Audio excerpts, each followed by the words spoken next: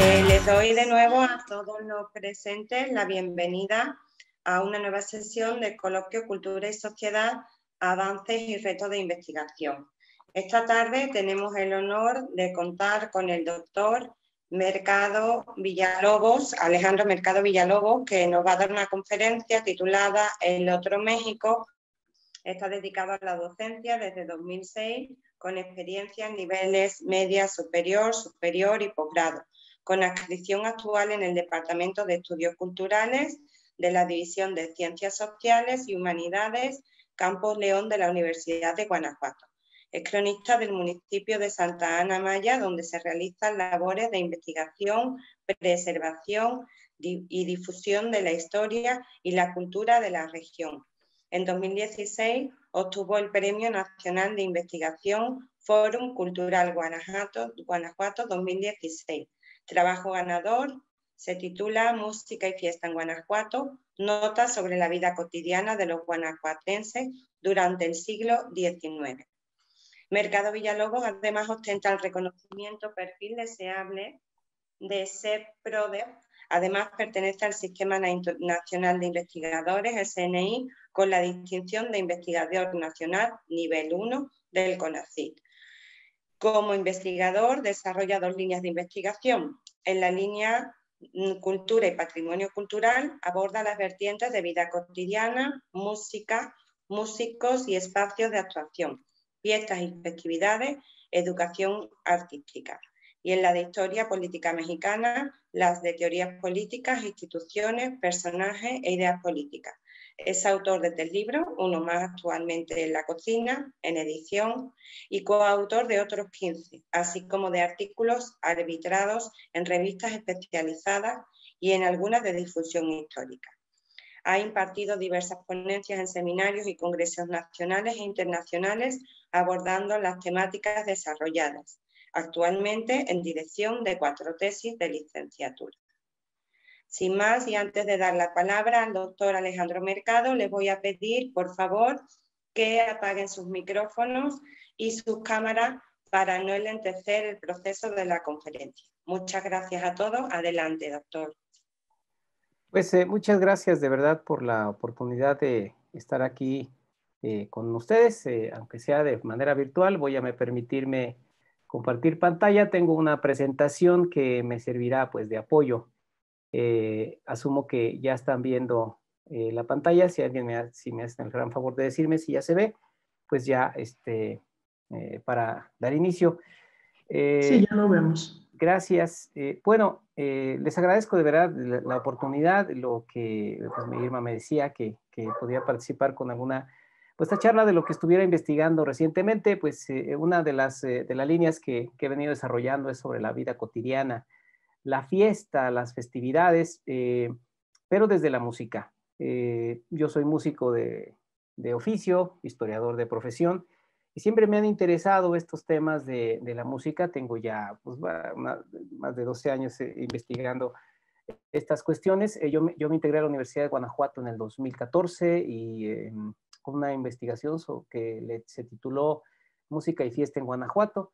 Y esa investigación pues ya es libro, y de esa investigación y de las investigaciones que había hecho en el pasado, para el caso de la ciudad de Morelia, porque también investigué esa ciudad con bastante profundidad en temas de la música y la educación musical. Tengo un libro sobre educación musical donde exploro 3 instituciones porfirianas. Pues a lo largo de estos años de investigación siempre me había quedado pendiente el abordar la otra cara de la fiesta, el otro México.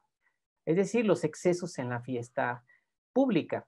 Y el año pasado, todo el año pasado, estuve dedicado a ir un rato todas las mañanas al Archivo Municipal de León, porque aquí vivo, ¿no? Aquí estoy en el Campus León de la Universidad de Guanajuato, y todo este año, antes de la pandemia, estuve yendo pues al archivo para investigar esa otra cara de la fiesta, porque la parte, digamos, agradable, las grandes ceremonias, las festividades, los desfiles con carros alegóricos para las fiestas religiosas, o los grandes desfiles para las ceremonias cívicas, pues eso está en la prensa y eso está en distintas fuentes. el tema que los excesos no están ahí, los excesos hay que buscarlos en los archivos judiciales, en los expedientes de los partes de los comandantes, etcétera. Entonces siempre se me quedó en el tintero ver qué había de la otra cara de la fiesta, los excesos en la fiesta, porque siempre he registrado que también había pues problemas en ese sentido y la respuesta de las autoridades por normar de alguna manera la fiesta. El trabajo se delimita a los 2 primeros tercios del siglo XIX, es decir, de 1825 a entrado el porfiriato, porque el porfiriato se tiene que estudiar con otros parámetros.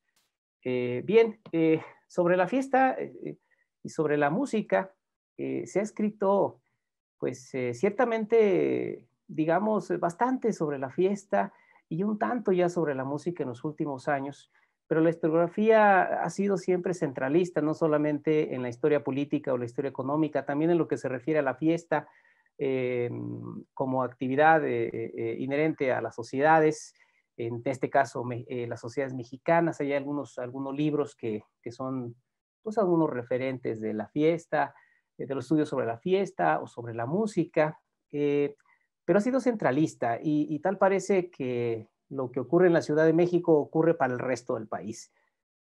Por tanto, la historia desde las regiones pues es muy importante.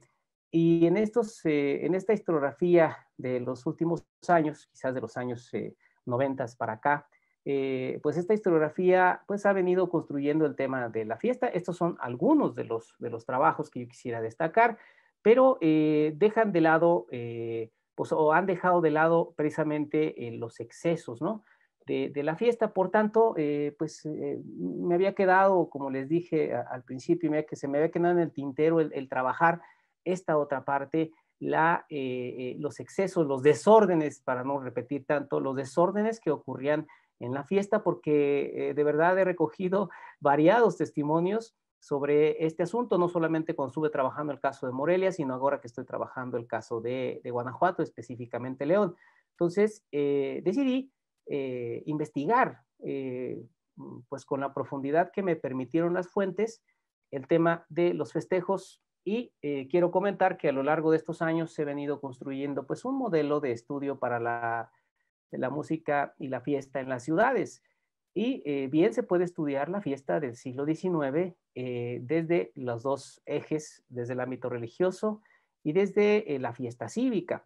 Es decir, a colación de un santo patrono de una ciudad o de un pueblo o de un barrio de una ciudad, era usual que se llevaran a cabo conciertos vocales e instrumentales, audiciones y serenatas, funciones en teatro, ya fuera de ópera o de zarzuela, funciones de cinematógrafo, cuando el invento arribó a México a finales del siglo XIX. También solían organizarse tertulias públicas o privadas, desfiles, ya fuera con carros alegóricos, como ocurrió en León, Guanajuato, desde 1876, que es la fecha el año en que el cronista de la ciudad, el reciente fallecido, bueno, ya tiene un año que falleció el licenciado Valtierra, ubicó la primera vez que se llevó a cabo este desfile de carros alegóricos a colación de la feria de San Sebastián, la fiesta de San Sebastián. Entonces, con motivo religioso, también se organizaban bailes, ascensión de globos aerostáticos, que era todo un espectáculo ya a mediados del siglo XIX, porque significaba entrar a la modernidad. Entonces, había todo un evento para que alguna aeronauta, hubo uno muy famoso acá en León, Benito León Acosta, que pues colocara todo el espectáculo que era ver inflar el globo y luego que el aeronauta ascendiera, y para eso llevaban banda de música. También pues era usual también fiestas del carnaval, sobre todo previo a Cuaresma, corridas de toros. Guanajuato era una zona taurina, lo sigue siendo, pero en el siglo XIX realmente era una zona taurina por excelencia, tapadas de gallos o peleas de gallos y funciones de circo. Lo mismo ocurre para el caso de la fiesta cívica. También solían organizarse, sobre todo el 16 de septiembre, solían organizarse todos este tipo de eventos. Lo que puse en rojo son los puntos rojos, porque en las corridas de toros, las tapadas de gallos o en las fiestas del carnaval solía haber desórdenes. Es donde he encontrado mayores momentos de desorden, no tanto en las funciones de teatros. Ahí lo que había era a veces quejas porque la gente se la pasaba, fumaba mucho y a veces unas personas no podían ver bien la función o escupían ese tipo al piso, y lo cual era muy mal visto, pero no pleitos, no consumo de alcohol excesivo, que sí había en las corridas de toros, en las peleas de gallos y en las ferias del carnaval. Por eso lo puse en rojo estas tres cuestiones. Y como ya les decía, bueno, el periodo que estudié esto es de 1825 a 1876. Tengo pendiente estudiar el porfiriato específico sobre estas cuestiones. Como ven la imagen, bueno, yo lo que hice fue tratar de estudiar este tema de los dos desórdenes ocurridos en la fiesta pública, revisando el archivo municipal de León, que es muy rico. Hay una cantidad de información increíble, no solamente para este tema. Me encontré ahí, me sorprendió la cantidad de expedientes que hay, o noticias, expedientes con notas sobre el consumo, el contrabando de alcohol, por ejemplo, de mezcal, de prostitución. Es una beta muy grande y realmente es un archivo que se ha estudiado muy poco, déjenme decirles. Y eso fue lo que mi principal fuente de información. En el libro que hice sobre música y fiesta en Guanajuato, la fuente de información fue la prensa, porque ahí está toda la parafernalia de la sociedad, sobre todo pues la sociedad burguesa, que es la que producía estos periódicos. Pero quisiera iniciar, permítame un segundo, mostrando un poco acerca pues, de la importancia de la fiesta en la sociedad mexicana. Se ha escrito bastante sobre el tema de la fiesta. Roger Chartier tiene un muy buen trabajo sobre la fiesta, un buen libro donde analiza el tema de la fiesta. En este libro que publicó Enrique Florescano y Bárbara Santa Rocha, que coordinaron este libro, vienen varias apreciaciones interesantes, y una es bastante peculiar. Dice: la fiesta es una concepción del mundo.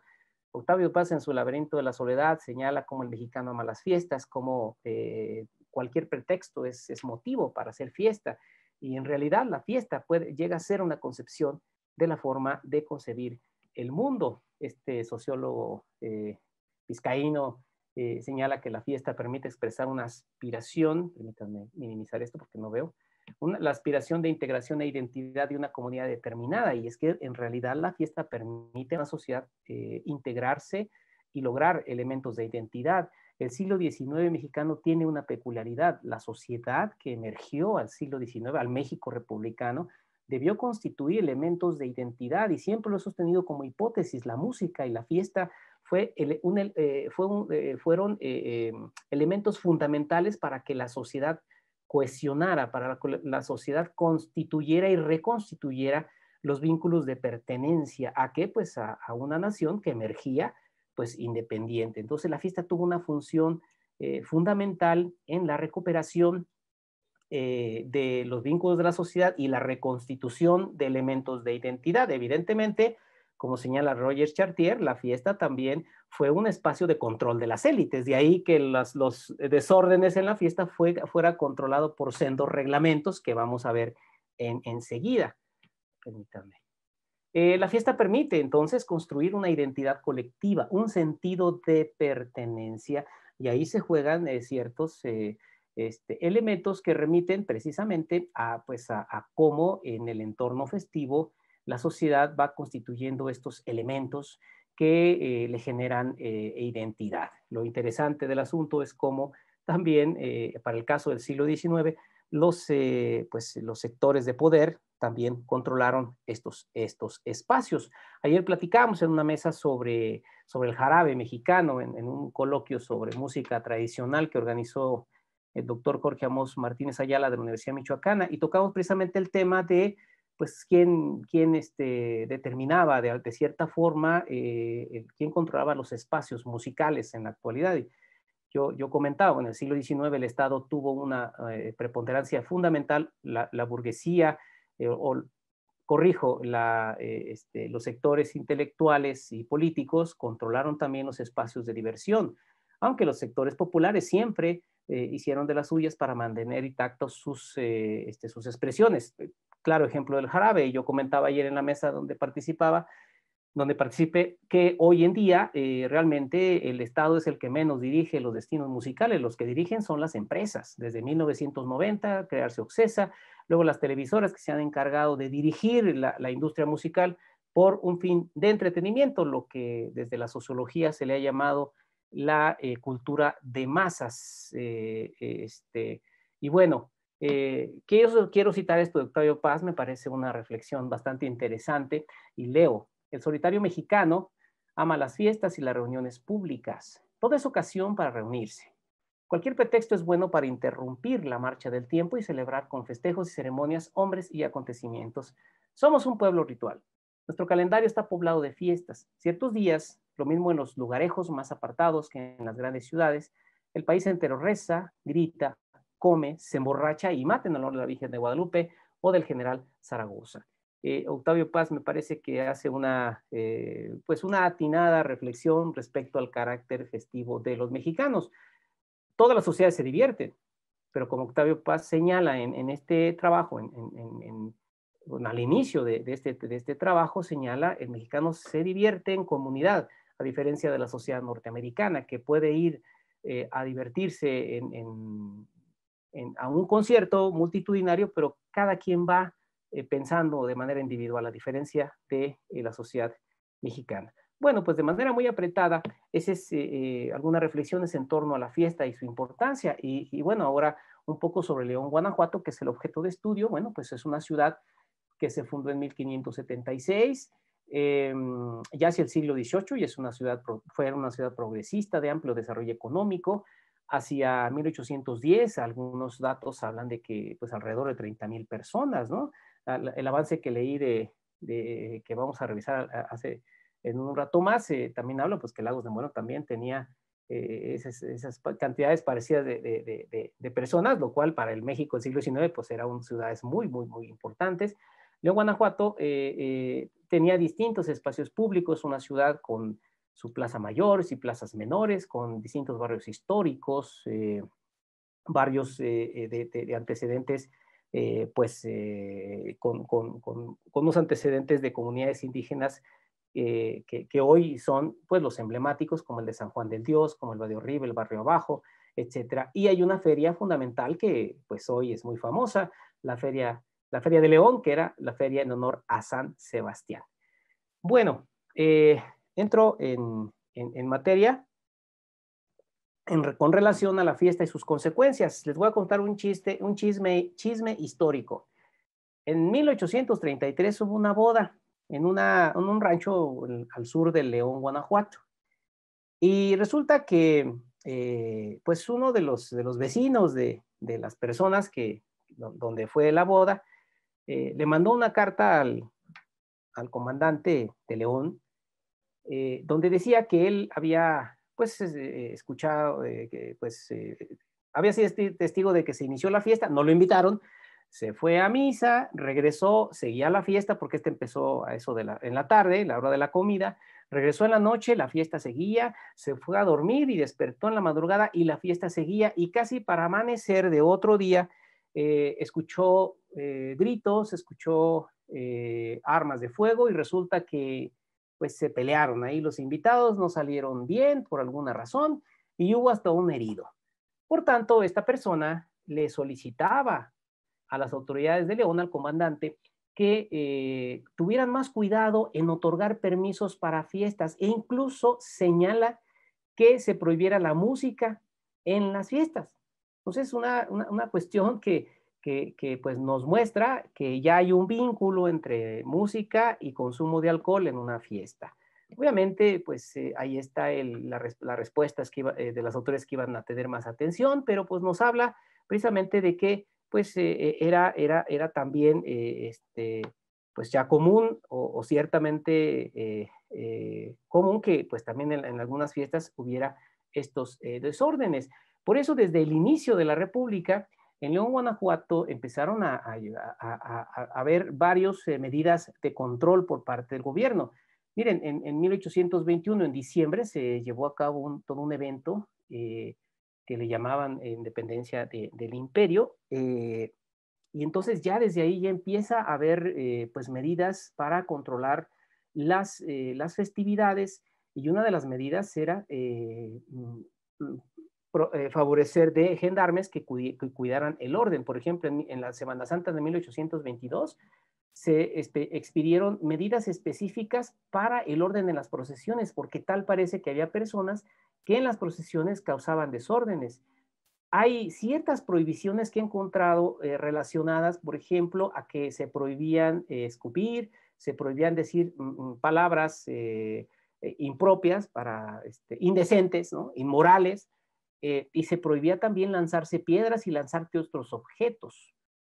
Desde muy pronto en la República ya hay noticias de la instalación de loterías y juegos de azar que se establecían en la Plaza Mayor de León y en otras plazas. Y entonces ya hay un interés del gobierno por controlar este tipo de actividades por dos razones. Una que, según las referencias, que eran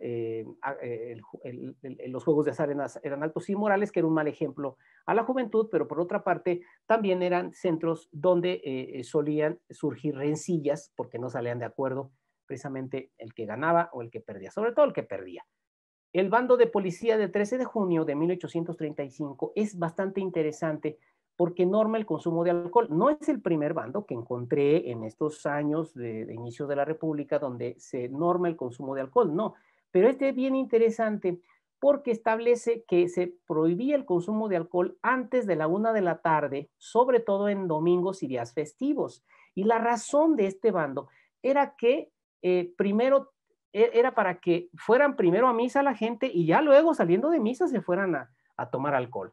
Esto es bastante interesante y nos muestra pues que también los bandos del gobierno tomaban en cuenta las costumbres religiosas. Es decir, primero váyase a misa y ya luego a la 1 de la tarde ya va a estar abierta la cantina o el billar para que se vaya usted a poner, como decía como escribió un periodista moreliano porfirista, para que se vaya a poner en tono de orquesta. Reglamentos de fiestas populares, aquí es donde entra el pensamiento, bueno, las reflexiones de Roger Chartier en el sentido de que la fiesta también es un espacio de hegemonía de las élites. Y entonces vemos que en las tres costumbres festivas más de mayor demanda popular, que eran las peleas de gallos, las corridas de toros y las fiestas de carnaval, entonces ahí era donde se solían darse más desórdenes. Y en esas tres actividades es donde se promulgaron estos reglamentos. Inicio hablándoles un poco acerca de este sitio que se llama Plaza de Gallos. Este lugar, bueno, esa foto es del sitio hace algunos años. Hoy en día se recuperó totalmente el sitio, se le ha metido una millonada. Desde hace 3 trienios se ha recuperado este sitio, ya no es lo que está ahorita, ya el sitio ya se remodeló, se reconstruyó y ahora es un espacio cultural que ahorita pues no se está siendo utilizado o tan utilizado por la pandemia, aunque hoy va a haber un evento que creo que soy yo mañana, un evento cultural que van a transmitir vía estas redes sociales. La Plaza de Gallos, pues era un solar que a finales del siglo XVIII ya se utilizaba o lo rentaba el dueño como para que pelearan gallos. Con la independencia de México, este sitio pasó a manos del gobierno municipal de León y a partir de ahí el gobierno municipal se dedicó a rentar el sitio a distintos personas que se dedicaron ya como negocio a rentar el sitio para organizar peleas de gallos, corridas de toros o para prestarlo para estos eventos de ascensión de globos aerostáticos, para funciones de circo, zarzuela, títeres, pastorela. Ya por allá en 1950 este sitio hasta fue arena de lucha libre, pero el grueso de las actividades en este sitio fue durante el siglo XIX. Aquí también fue billar, fue redondel, como pudieron haber visto, y en la época porfiriana fue un hotel. Y bueno, aquí encontramos que las actividades llevadas a cabo en la Plaza de Gallos, básicamente las que tenían mucho más cartel eran las peleas de gallos y las corridas de toros. Las pastorelas pues eran hacia diciembre, las funciones de circo también solían organizarse cuando alguna de estas compañías, el Circo Rin, el famoso Circo Rin, también hizo época acá en esta ciudad, antes de que existiera el teatro doblado. Bueno, como les decía, este sitio fue rematado varias veces, pues fue puesto a remate no para venderlo, sino para arrendarlo.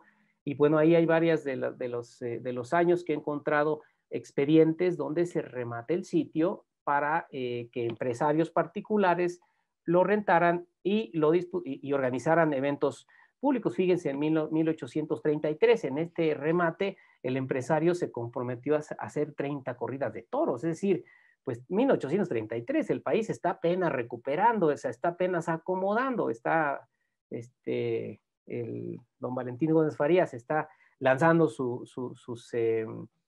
reforma y el país está en problemas muy fuertes políticos, pero acá están llevando a cabo corridas de toros. ¿Por qué? Porque pues la sociedad, la fiesta tenía esta función de pues permitir que también la sociedad viviera eso, viviera en sociedad, ¿no? Y entonces hay distintos permisos también que se otorgan para peleas de gallos. Aquí hay 3 que cito.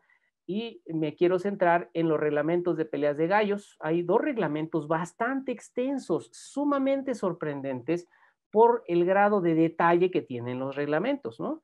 Una cosa era, pues te doy el permiso y te encargo que cuides el orden y se acabó. No, estos reglamentos, el de 1835 y sobre todo el de 1854, son reglamentos extensos. El de 1854 supera los 40 puntos, los 40 artículos, donde se establecen, por una parte, las reglas del juego, es decir, el peso de los gallos, el tamaño de la navaja, incluso establece cuando un gallo estaba medio moribundo y muerto, o que todavía estaba para seguir peleando. Establecen todo con lujo de detalle cómo tenían que ser las peleas, cómo tenían que actuar los soltadores, ¿no? Las personas que se encargaban de los gallos. Pero la parte que me interesa es el área de seguridad. Por ejemplo, en este reglamento del 54, vean lo que dice el artículo 7º. El contratista se compromete bajo su más estricta responsabilidad a evitar en la plaza de gallos los pleitos y desórdenes que suelen cometerse por las diferencias en el juego, y el que cometiese alguna falta, ya de insultos, ya de heridas, después de ponerlo inmediatamente en la cárcel a disposición de alguna autoridad para que los castigue, y en ningún caso se le permitirá después la entrada a la plaza. Este es un ejemplo de varios de los artículos que dedican espacio a establecer medidas para controlar los desórdenes que solían ocurrir, como dice aquí, que suelen cometerse por las diferencias del juego. ¿Ok? De hecho, uno de los reglamentos, el primer reglamento, bueno, mejor dicho, el permiso de peleas de gallos de 1825 establece que los gallos no se llevaran a cabo sino en la plaza de gallos. Nada más, que no, y con esto se prohibía que los gallos se estuvieran haciendo peleas de gallos en las calles, ¿no? Básicamente ese es lo que incluye el reglamento. Voy un poco rápido porque, bueno, para no tardarme tanto. En el caso de las corridas de toros, déjenme decirles que lo que he encontrado en la zona de Guanajuato es un lenguaje sumamente especializado en cuanto a la tauromaquia. Es decir, se nota que la fiesta brava era sumamente popular en Guanajuato. Los periodistas que narran las corridas de toros usan un lenguaje sumamente especializado que no se encuentra en otros lugares. Pero bueno, en Morelia yo estudié también este tema de las corridas de toros, y allá también la afición era muy arraigada a las corridas de toros, pero acá he encontrado un lenguaje que realmente muestra el grado de arraigo de esta costumbre. He ubicado hasta 11 ganaderías en Guanajuato que criaban toros de lidia. He encontrado también datos de familias que vaya, cultivaban toreros subalternos. Hoy en día, todavía en la ciudad de Guanajuato, a la entrada hay un hotel, no voy a decir el nombre, pero a la entrada, el primer hotel que se encuentran a la izquierda, ahí todavía está el escudo de armas de la hacienda de Rocha, donde se criaban toros de lidia. He encontrado datos de que había sangre de Miura por estos lados del Bajío. Es decir, que desde España trajeron toros de esa raza que hoy todavía es muy, muy famosa de Miura, que trajeron desde España para precisamente cultivar estos toros. Pues hay permisos de corridas de toros desde 1831, aquí recogí algunos de la primera mitad del 19, pero lo que quiero comentar es el reglamento de corridas de toros de 1873, porque es muy extenso. Y al igual que el de las peleas de gallos, este reglamento remite a los momentos específicos de la fiesta brava. Como cuánto debe de durar las suertes, ¿no? Los tercios, mejor dicho, ¿no? Ya sea del capote, algunas prohibiciones también. Se prohibía, por ejemplo, el Tancredo, que era una suerte que en el siglo XIX se consideraba bárbara, es decir, un torero ponía una silla en el ruedo, luego abrían el toril, salía el toro y iban contra el torero, pero antes de que llegara a la silla, brincaba el torero y luego a veces terminaba rompiéndola así y lanzándola contra la gente. Y algunas suertes que sí, que se empezaron a prohibir, algunas por consideradas bárbaras. Algunas banderillas encontré una nota en Morelia que allá acostumbraban ponerle a las banderillas un cohete. Pues al momento de poner las banderillas, un dispositivo hacía que encendiera el cohete y pues imaginen, al toro se enardecía además, y este tipo de cosas. El reglamento de corridas de toros establecía varias cosas respecto al control de los excesos. Tiene que haber una autoridad, un juez, y esta autoridad tenía que ser nombrada precisamente por las autoridades de la ciudad. Este juez tenía la autoridad de incluso cancelar un evento si consideraba que se faltaba la seguridad o se atentara contra la moral. Y hay varios ejemplos. En una corrida de toros, el juez de plaza terminó la corrida y en el parte de novedades decía que consideraba que las autoridades debían ser mucho más estrictas al momento de que permitieran este tipo de eventos a los empresarios, porque la gente solía proferir insultos a los toreros. Insultos que pues mostraban pues una forma opuesta al modelo cultural que estaba imponiendo. La gente solía también aventarle objetos a los toreros. A veces encontraban notas que se llegaban a llevar fruta podrida o algo por el estilo. Entonces, sí he encontrado elementos. Hubo un caso en 1873 en el cual una persona empieza a pelearse y los dos gendarmes, los gendarmes ponen orden y la gente les empieza a aventar cosas a los gendarmes, no a las personas que estaban provocando los problemas. Entonces, y eso, las autoridades, el juez daba estos tipos de partes. Se prohibía en el reglamento de corrida de toros la prohibición de bebidas alcohólicas afuera, no adentro, porque esto también era un negocio. Se prohibía que la gente entrara alcoholizada, ya se podían alcoholizar adentro, y la entrada a menores de edad. Y también, como les digo, había reglas específicas en cuanto a la lidia de los toros, sobre todo los tiempos de los tercios, de los distintos elementos del juego de la lidia, tanto de las banderillas, bueno, de antes de las banderillas, de la suerte del picador, de las banderillas y del momento para matar, del momento pues para matar el animal. Y por supuesto, en todo esto, en los reglamentos no hay nada sobre música, ¿no? Pero había música, eran bandas de viento. Finalmente, las fiestas del carnaval. Hay algunos, ahí en la imagen ven ustedes algunos años donde se publicaron reglamentos como el que está en la imagen, ¿no? Ese reglamento es de 1882. Y resulta que en estos reglamentos venían varias cuestiones. Primero, se establecían específicamente los espacios del baile, dónde tenían que haber espacios del baile, dónde se disponía también que se iluminaran las calles, es decir, se establecían en qué calles iba a haber los paseos en el carnaval, y varias de las prohibiciones que se hacían era precisamente que la gente no se insultara, es decir, que utilizara un lenguaje adecuado, que no se lanzaran cosas, objetos. Dice específicamente un reglamento que no se lancen piedras y que también se prohibía andar a caballo y correr con el caballo. el uso de marcas obligatorio y no se tenían que quitar las máscaras. Y algo interesante, la vestimenta apropiada, porque pues para los cánones de la época había que vestirse de manera apropiada. Es decir, el carnaval era pues una fiesta previa a la cuaresma y había que descomponerse un poco, pero no tanto. Siempre había estas formas de control por parte del Estado. En esa imagen que ven ustedes ahí, en Gran Hotel Guerra, ahí solía haber quejas de que las fiestas, varias gente se ponía a bailar y varias gente, hay una nota que dice que que quien pasara por ahí en las tardes iba a escuchar una música que cualquier mecapalero se iba a tapar los oídos. Para los jóvenes del posgrado, pues los mecapaleros eran las personas, los cargadores, es decir, las personas de más baja condición social, es decir, la música que tocaba ahí, ni siquiera ellos le iban a soportar. ¿Y qué tocaban ahí? Jarabes y sones.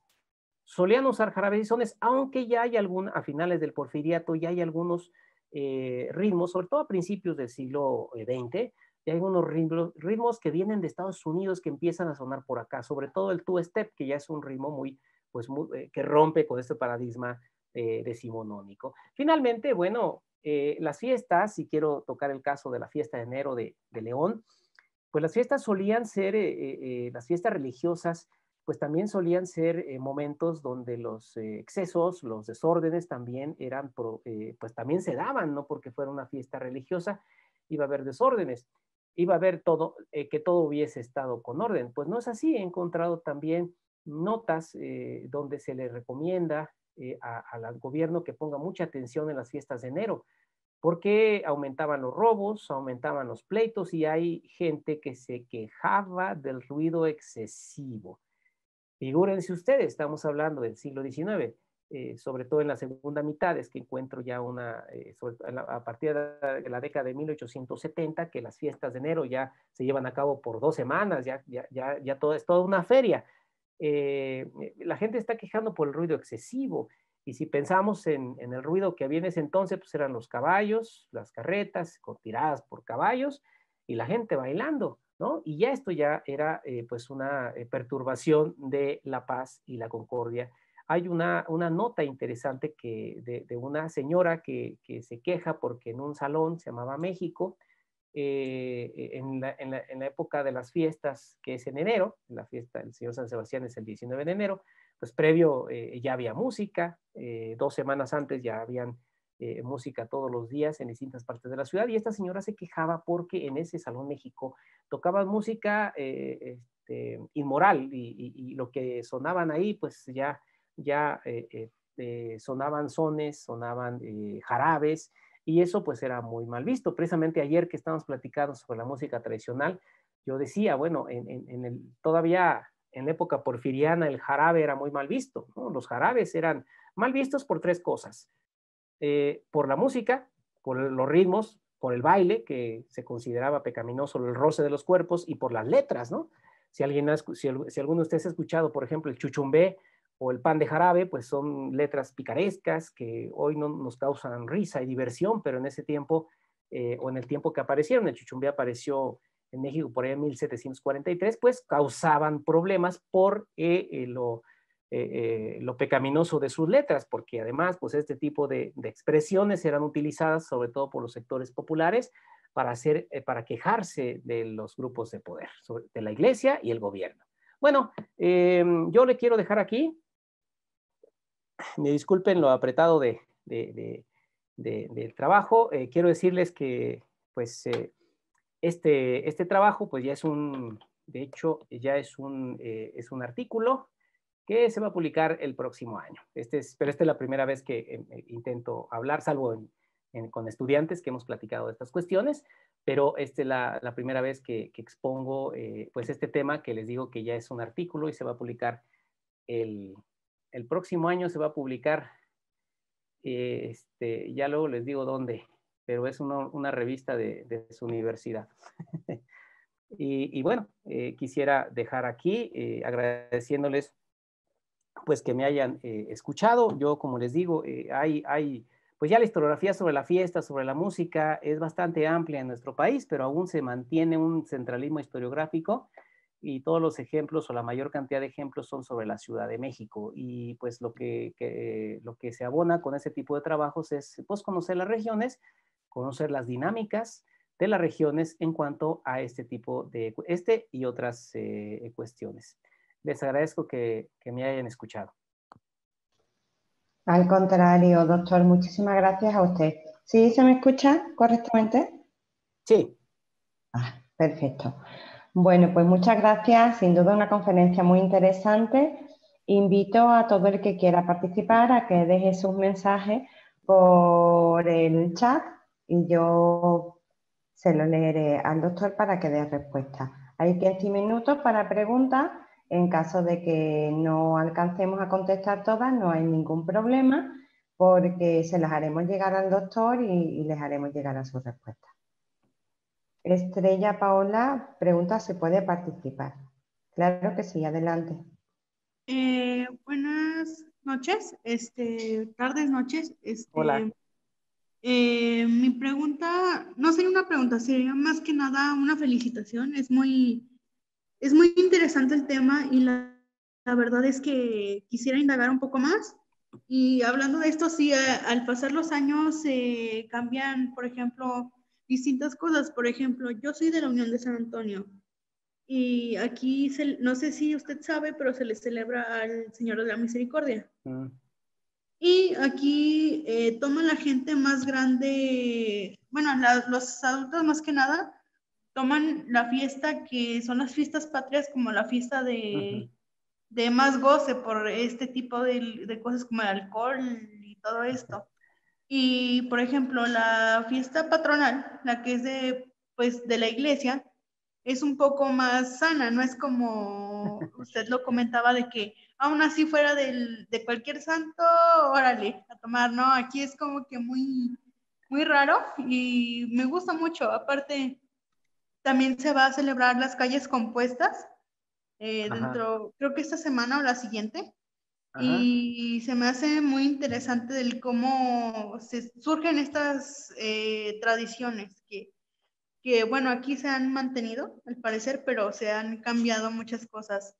Y pues no, más que nada es una felicitación y me gustó mucho el tema. Sí, bueno, es que las culturas son dinámicas. De hecho, la fiesta religiosa como hoy la conocemos surgió en el siglo XIX, se fue consolidando, se fue construyendo en el siglo XIX hasta consolidarse en la época porfiriana. ¿A qué me refiero? A que la fiesta religiosa hoy, de hecho hay dos fiestas, una es la fiesta litúrgica, las misas, confirmaciones y todo eso, y la otra es la fiesta afuera del atrio, los bailes y todo lo demás, y eso se consolidó durante el siglo XIX. Sí, pero ha habido cambios, claro que sí, porque las culturas no son estáticas, por el contrario, son dinámicas.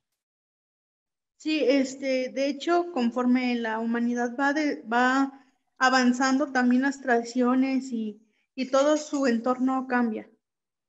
Así es. Muchas gracias, Estrella. Un segundo. Gracias, doctor Alejandro. Invito a participar al doctor David.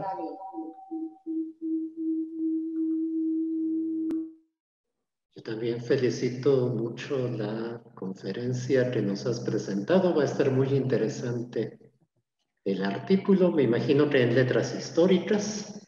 Sí, ya lo probaron, ya mañana envío la versión corregida. Sí. Muy bien. Lo digo para de una vez ir haciendo el comercial para descargarlo cuando salga, ¿no? Y pues pregunta propiamente hablando, bueno, confieso que creo que no puedo dejar de lado esa alusión al chuchumbé, estando yo además ahora mismo parado en Coatepec, Veracruz. Ajá. Y tanto más cuanto que pues es justo un referente de cuánto ha cambiado una fiesta religiosa, porque el chuchumbé es denunciado ante la Santa Inquisición porque lo están tocando en los maitines de Navidad en el convento de San Francisco de Jalapa. Ni más ni menos. Sí,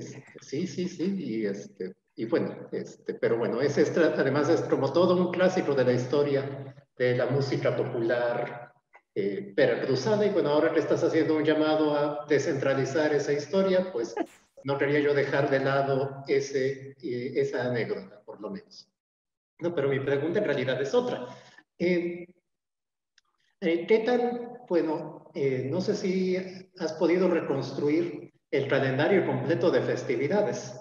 ¿Qué tan cargado entonces estaba el calendario de festividades públicas de León a lo largo del siglo XIX? ¿Se fue haciendo más denso o al contrario se fue aligerando? ¿Qué tanto las festividades religiosas? Porque me parece que la que más has señalado es la fiesta patronal de San Sebastián, pero me imagino que las otras viejas corporaciones religiosas, cofradías y demás, podían o seguir teniendo o a lo mejor fueron desapareciendo del calendario sus festividades. No sé, por ahí va mi pregunta.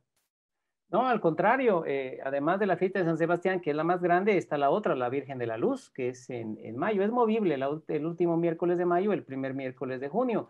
Pero no, también la Virgen de la Luz, que eran las dos fiestas, digamos, de la ciudad. Pero cada barrio tenía el barrio de San Miguel, que es uno de los pues hacían su fiesta San Miguel. El barrio de, hay barrios, el de San Juan de Dios, por supuesto, que también hacía su fiesta.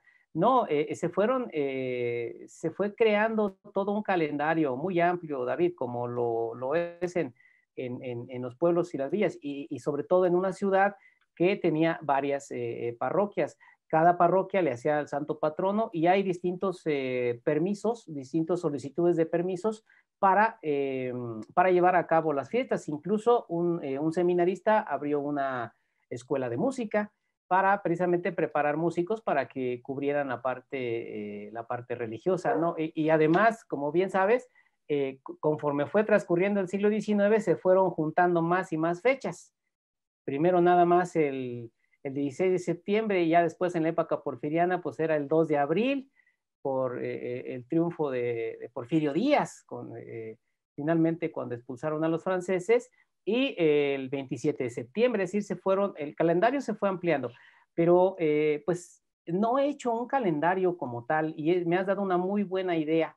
Digo, tengo las fechas ahí anotadas, pero sí es buen momento para hacer un calendario y te agradezco la idea.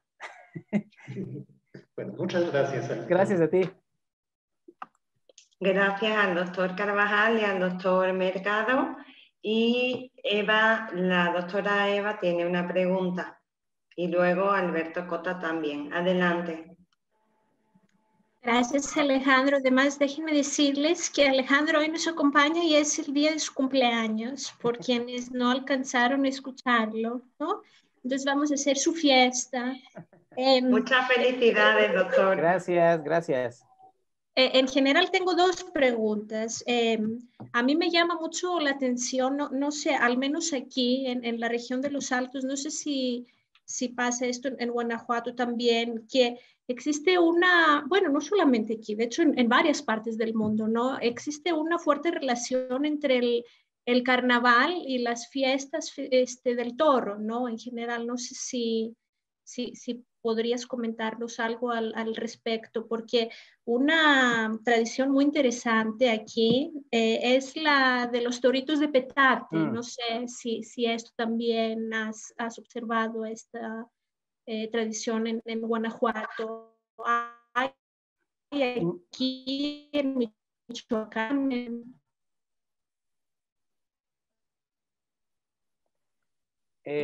Sí. Creo que me congelé o ya estoy ahí. ¿Ya me escuchan? Bien. Okay. Está perfecto. Bien, pues en efecto, en Michoacán es pero muy tradicional el toro de petate. De hecho, hay un libro que se llama Epa Toro, Toro Prieto, la historia del torito de petate, del doctor Jorge Amos Martínez Ayala. Él hizo una historia del toro petate, es su tesis de licenciatura, y él descubrió que para el caso de Michoacán era una tradición que había llegado por pues unos esclavos africanos que llegaron a un pueblo que hoy es ciudad que se llama Tarímbaro, pero en Guanajuato no. Acá en León esa tradición del toro de petate no aparece, ¿eh? No. En Michoacán porque sí. Aquí en Lagos sí, tenemos el carnaval de la vaquita. Bueno, la verdad tiene ya muchísimas décadas que yo creo, bueno, desde los 40 era una persona, no recuerdo, acaba de fallecer, que lo intentaba conservar. Entonces, miembros de la comunidad como que lo intentan rescatar, ¿no? Pero ya se ha dejado de celebrar pues casi un siglo, ¿no? Entonces sería muy interesante también de como que arrastrar a sus orígenes. Sí, desde luego, pero sí aquí esa tradición de torito de petate, no, ni en la época del siglo XIX ni hoy. Hoy, por ejemplo, en Morelia, Michoacán, en todas esas, y en los alrededores, el toro de petate hoy sigue siendo una de las tradiciones más fuertes, pero acá no. De este lado no he encontrado, pues una sola mención a eso, salvo que alguna población pequeña del interior del estado, pero aquí en León no, ni en la ciudad de Guanajuato. Muchas gracias.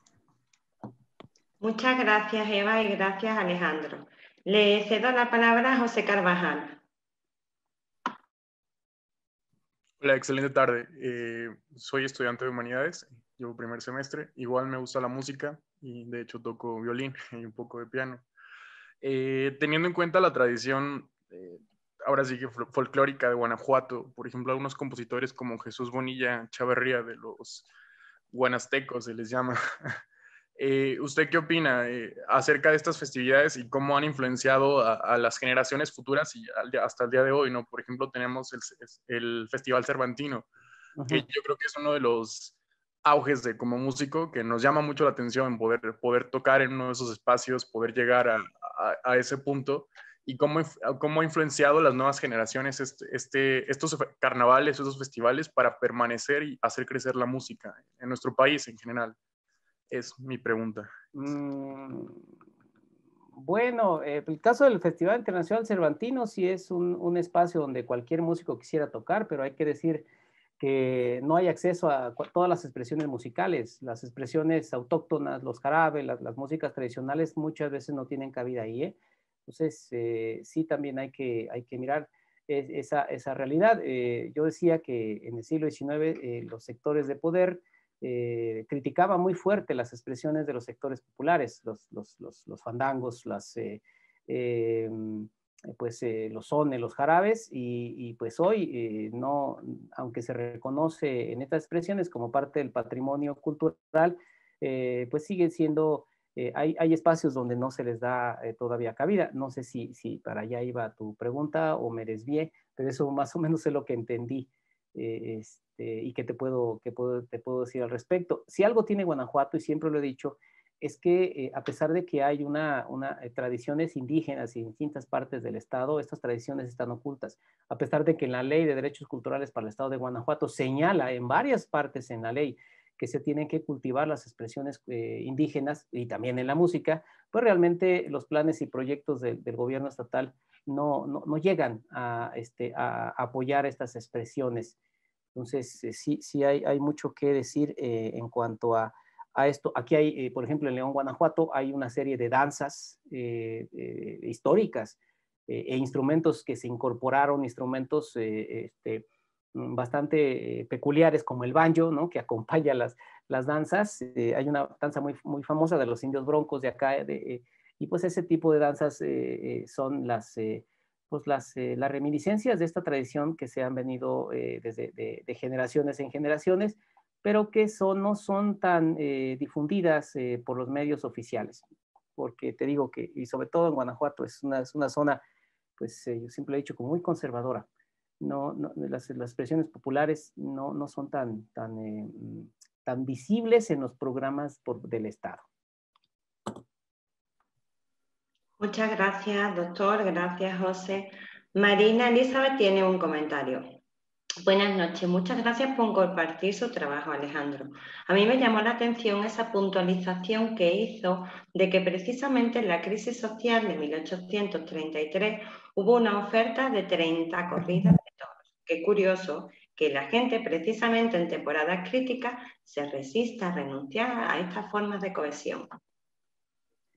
Sí, definitivamente, porque el México estaba en construcción, entonces la sociedad necesitaba de esos elementos para poder constituirse como tal, como sociedad. Entonces a mí también me sorprendió cuando vi eso, ¿no? 30 corridas, caray. Pues sí fue, a mí también me sorprendió, así como a usted cuando leí ese documento. Perfecto. Mi compañero Alberto Coto también tiene una pregunta. Le cedo la palabra. Gracias. Gracias a usted. Buenas noches, doctor. Felicidades por la exposición y también por su cumpleaños. Gracias.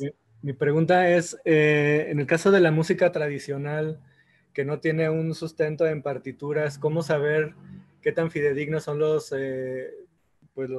digamos, las referencias que tenemos de estas piezas? ¿O cómo hacer para tratar de buscar lo más apegado a cómo se tocaban, qué instrumentos eran? Esa sería mi pregunta. No, mira, en realidad el tema de qué tan fidedigno eso es prácticamente imposible saberlo. Del chuchumbé, el son este que se empezó a aparecer por allá a mediados del siglo XVIII, hay tantas estrofas como historias hay, es decir, cada generación que recoge la tradición musical de la generación anterior le va incluyendo sus propios valores. Y entonces, cada versión es auténtica. Es un principio de la historia oral, de la oralidad. Cada generación recoge lo que le dejó la anterior y le impone sus nuevos valores y se va reconstituyendo las piezas o una tradición musical. Y pues para decir cuál fue la original realmente es prácticamente imposible, porque todas son originales, porque toda la reconstruyó la misma sociedad que la recogió y que no la legó. Entonces, eso es lo que te pudiera responder en ese sentido. En alguna ocasión, en un congreso hace algunos años aquí en Zacatecas, ya en la parte final de cuando ya estábamos en el área del ágape, recité el primer verso de Chuchumbé y ahí surgieron infinidad de versos. Estábamos investigadores de varias partes del país y cada uno tenía una versión de Chuchumbé. Y seguramente cada versión era legítima porque había sido generada por esa sociedad que la había recogido. Entonces, lo que yo te puedo decir, realmente decir cómo sonaba algo, pues, pues también los documentos a veces cuando se hace un registro, la interpretación pues puede ser también no tan original. Lo que yo te puedo decir en ese sentido. Difícilmente vamos a encontrar una versión que digamos esta es original porque a final de cuentas todas lo son.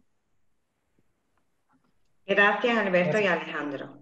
El profesor David Carvajal, a cuenta de lo de las corridas de toros, haciendo uso de su humor tan fino, dice, además, en 1833, el año del cólera morbo, así que eso de las 30 corridas casi nos suena conocido con nuestras fiestas particulares en tiempo de COVID-19. Cierto. Quería también comentar algo y le cedo la palabra a Estrella. Estrella Paola. Adelante, Estrella.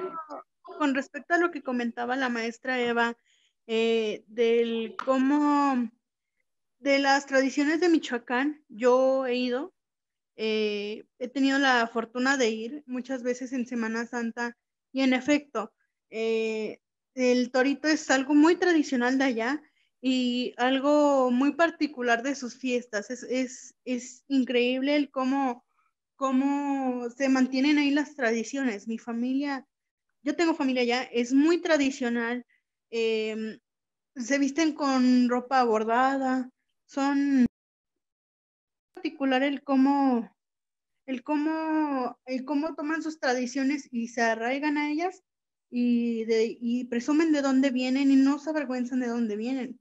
Como me ha tocado que varias personas dicen, yo no quiero ser de aquí, yo no me identifico como alguien de ahí. Y es algo muy particular que las personas de Michoacán tienen. Bueno, si usted va a la zona purépecha, si usted va a las fiestas de Cherán, de Nahuatzen, de Sebina, de Nurío, de Pichátaro, de todos estos pueblos, se va a sorprender del arraigo de la tradición. Ahorita no vaya, pero espérese un momento y vaya. Pero lo que pasa es que en Michoacán las comunidades indígenas tienen conciencia de la importancia de ser indígenas. Y en lugares como Guanajuato no. Los indígenas se avergüenzan porque la sociedad así los ha hecho, los sectores de poder y dominantes. En Michoacán no. En Michoacán los indígenas tienen conciencia de la importancia de ser indígena. Por eso conservan su lengua, por eso conservan sus instituciones y por eso exigen, por eso tienen una universidad intercultural indígena. Es una realidad diferente. No es que el caso de Michoacán, hay otros estados del país donde también las fiestas indígenas son una maravilla, pero ahora que puedan, ahora que pase la pandemia, vayan a alguna fiesta de por allá y van a ver. Y en efecto en Morelia, pues hoy la fiesta del Torito de Petate es toda una, hasta el gobierno municipal lo promociona, en tanto que en la época porfiriana, el gobierno porfiriano prohibía que bailaran el toro de petate en el centro de la ciudad, los mandaban a las orillas de las ciudades. Es decir, así de dinámicas. Claro, los paradigmas culturales del porfiriato eran totalmente diferentes. Hoy lo que hay que promover es el turismo, ¿no? Entonces, estas expresiones locales son joyas para el turismo. Muchas gracias, doctor. Gracias, Estrella. Doy paso a la última pregunta porque estamos rozando el tiempo que nos habíamos marcado como si fuéramos británicos en vez de mexicanos, ¿verdad? Dice Jarcel Murillo, ¿algunas fiestas o celebraciones se han perdido a través de los años?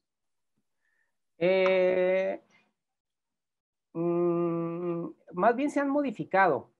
Más bien, así algunas costumbres se han modificado. Por ejemplo, en León, Guanajuato, hoy hay el 15 de septiembre, las señoritas acostumbran regalar flores y los caballeros acostumbran regalar flores a las señoritas en la fiesta de las flores. Y esta tradición, bueno, fue derivando de una tradición que había en la Ciudad de México, que eran las batallas de flores, que a su vez lo relata Moisés González Navarro en el libro del Porfiriato, La vida social, que era una práctica parisina, es decir, que llegó a México y se modificó. Y más bien, en vez de perderse las fiestas o celebraciones, se han venido más bien modificando de acuerdo pues a los propios paradigmas de cada sociedad. Pero estoy haciendo memoria, desde que leí la pregunta, alguna fiesta que se haya perdido, pues quizás algunas danzas, eso sí, algunas danzas que se han perdido y algunas se han conservado o se han modificado de manera pues trascendente, pero las fiestas religiosas, esas al contrario, se han mantenido. Muchas gracias, Yacel, por tu pregunta y doctor por su respuesta. Pues no me queda nada más que agradecerle de nuevo la participación en el coloquio Cultura y Sociedad, Avances y Retos de la Investigación.